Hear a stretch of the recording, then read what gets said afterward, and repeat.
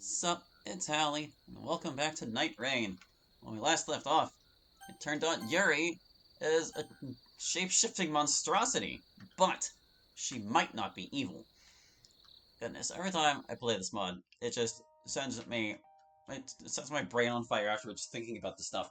And, I think it's pretty obvious that, the Gaslight cover-up is just that, a cover-up. It's definitely not what's actually going on. We have, confirmation that Yuri is a monster, based on what happened at the fair. But Sayori said she's not evil. And I think Sayori might be correct. Well, first of all, Sayori. I generally trust her sense of character. But she said Yuri was defending herself. And well, no, defending us. And it's true because the soldiers there were going to kill us until Yuri intervened. And the last time we saw Yuri near a massacre, it was more military guys at that pharmacy. So I can't help but wonder. Well, you see, the thing is, that doesn't really explain all the other deaths either, because there have been deaths unrelated to military or defense. There was that police dinner, but once again, that's law enforcement getting attacked.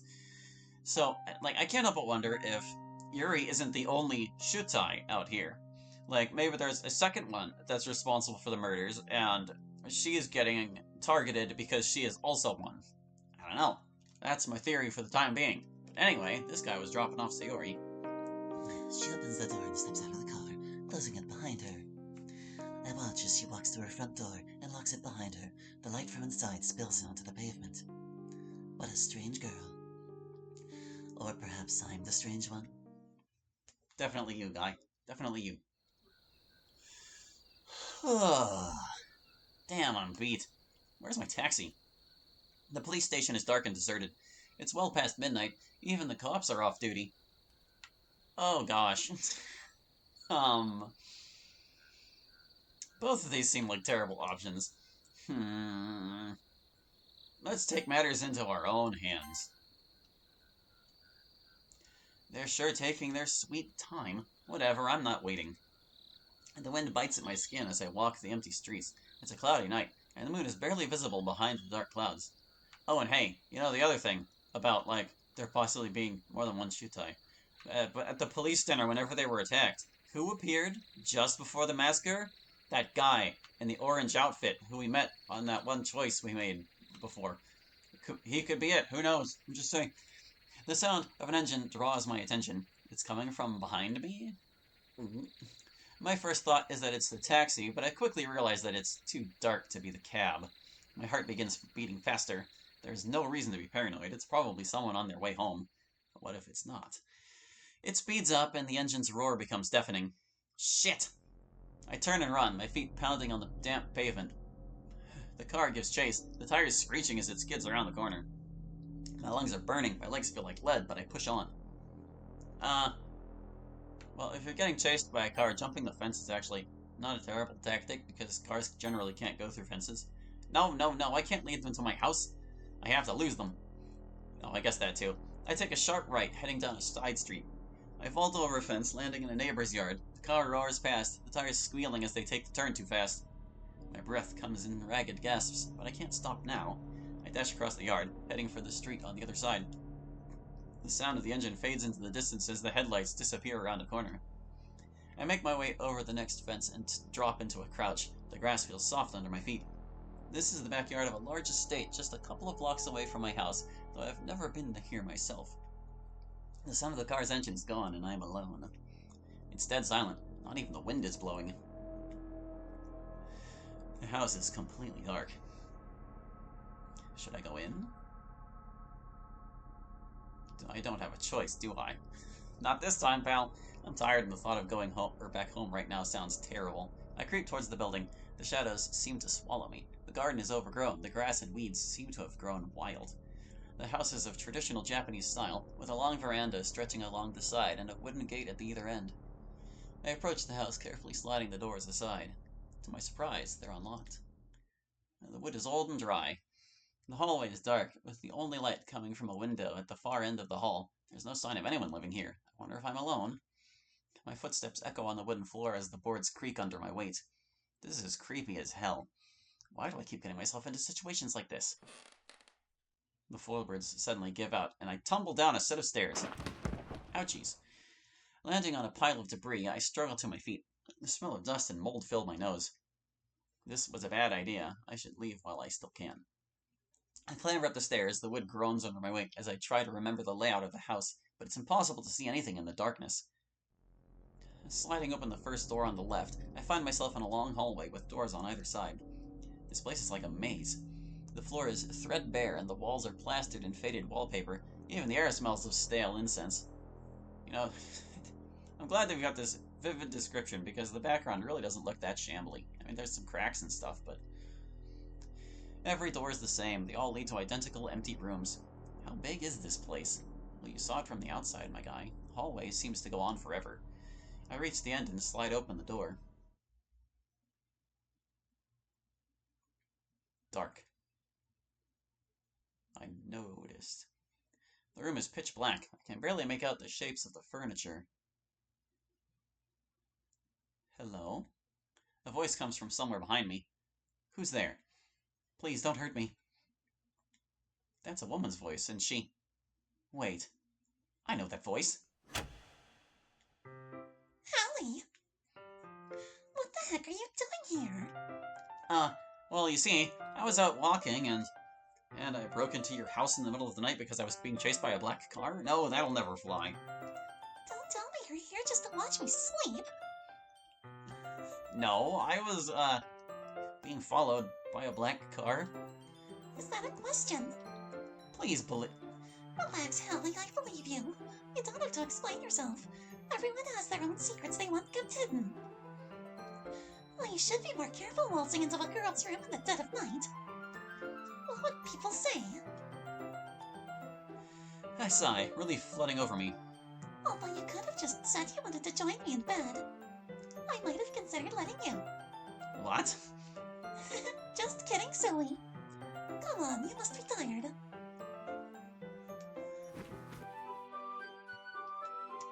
Here, you can sleep on the futon. You've had a long day, I can tell. Oh, one more thing. Just give Sayori a quick text to make sure she got home okay, and then get some rest. Your servant. That's the first we've seen Monica after the thing. The carnival. We don't really know what happened to her after that. She kind of disappeared. Let's see. Seriously? Huh, what's wrong, Matt? First of all, it's Natsuki. Don't call me Nat. And what's wrong? Look at you two. You're in the same room as her, in bed. It's not like that. Well, it's that.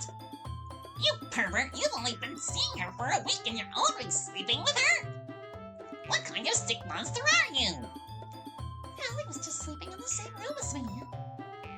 Yeah, look, I don't really care if you guys fool around or not. But don't do it right before we're supposed to have a club meeting. Sorry. You don't have to apologize. It's not like anything happened. Still. Whatever. Just meet us downstairs in 10 minutes. After thump creak, the door closes and we're alone again. I'm sorry. I sit up, rubbing the sleep from my eyes. Nay, it is true, or else I am a Turk. Your eyes to play and to go to bed to work. It's Shakespeare. Sorry, I couldn't help it. It's from Othello, Act 2, Scene 1 to be precise. Basically, I'm saying you shouldn't let what Natsuki says bother you. People will always make assumptions. It's human nature. Besides, I'd be lying if I said I didn't enjoy seeing the look on her face. She laughs softly, shaking her head. Good morning! Yeah. Finally decided to grace us with your presence. It was Monica's fault. Hey, that's not fair. Huh, I knew it! Hallie, don't you have something you'd like to share with the group? Huh? What are you talking about? After I finish recalling last night's events, I sit back down. So Yuri is in some kind of trouble? Is that why the police are after her? Well, if she's in danger, we need to help her. Hold on, we can't just rush in blindly. Hallie, if what you said is to be believed, Yuri could not to herself, but to everyone around her. You're wrong. There's no way she could have hurt anyone. I've known Yuri for years. She's not like that. What's so funny? Sorry, it's just... Well, it seems you're very determined to see the best in everyone. You're starting to sound like Sayori. Hey, thanks, Moni. Well, I'm not wrong, am I? If Yuri's really in danger, she needs our support. I'm not so sure, Not. If what that officer said was true, and Yuri is the one who massacred all those people, and then what could we possibly do? We'd only be putting ourselves in danger. I don't know, but we have to do something. We can't just leave Yuri to fend for herself. She's our friend. It's Yuri we're talking about. I agree with Natsuki. We have to do something. We're not safe anyway. The place could arrest all of us just for associating with her. I don't think we should be running away from our problems. Maybe you're right. If I'm being honest, I don't want to just sit around and do nothing. I want to speak of the devil. Why is everyone gathered here?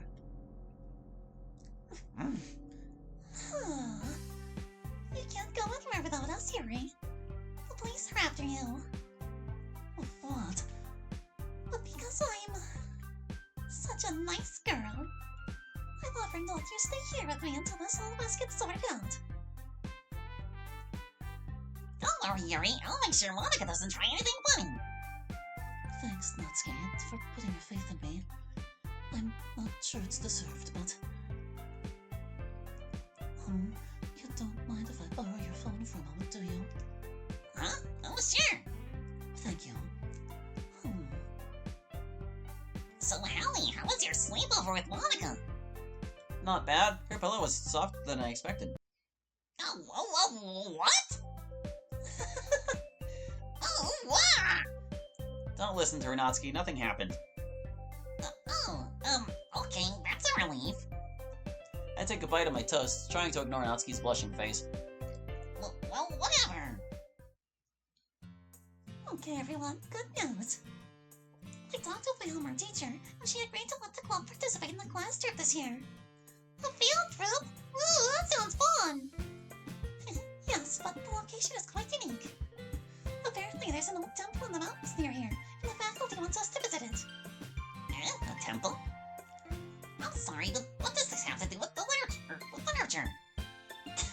Well, to be honest, the trip was already planned, and they just let us tag along. The temple is rumored to be a beautiful sight, so I figured it would be a nice opportunity for us to get away from the city and appreciate nature. Plus, while the other clubs are going, maybe you can use this chance to get to know them better and make more friends. I don't know. Doesn't a temple in the middle of nowhere sound kind of boring? But... School trip! Plus, here you can come too. It'll be a great opportunity for all of us to bond. No.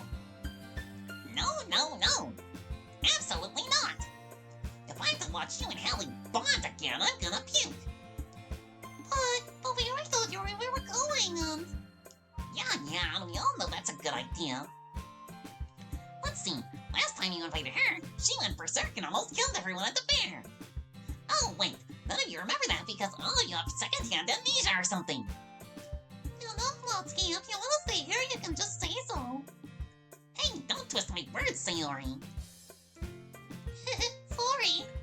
I didn't mean to offend you or anything, I was just saying. Yeah, whatever. Still, I'm not really comfortable with Yuri coming along. I mean, what if something happens? I can promise you with an air of certainty that the events of the affair will not repeat themselves on the school trip. In fact, I can guarantee it. I mean, the bus is a pretty small, confined space, so even if something does happen, we should have no problem subduing her. Subdue, huh? Doesn't exactly instill confidence. I know how you feel, Hallie, but you really ought to give Yuri more credit. If it wasn't for her, you'd be dead. Come on, guys, the fair was a one-time thing. There's nothing to worry about.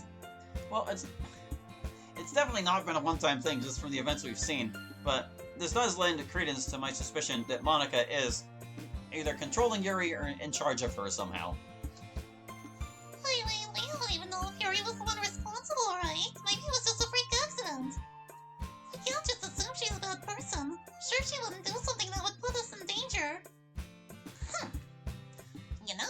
You seem awful.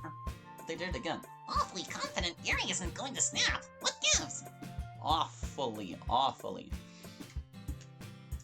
I told you I have my ways. Let's just say I have a good feeling about this trip. It'll be fun, I promise. Now, how about it, Yuri? I had completely forgotten Yuri was there. She's been sitting quietly in the corner, her knees drawn up to her chest, eyes focused on the book in her hands. Oh, well, if you don't mind, I would be happy to accompany you. And Natsuki, I'm really sorry for what happened to your dad. Monica gives Yuri a cold look, shaking her head slightly. I really meant shaking. Yeah, it's whatever. Nothing you could have done to prevent it. Great, so that's it then. Looks like the entire club is going on a field trip.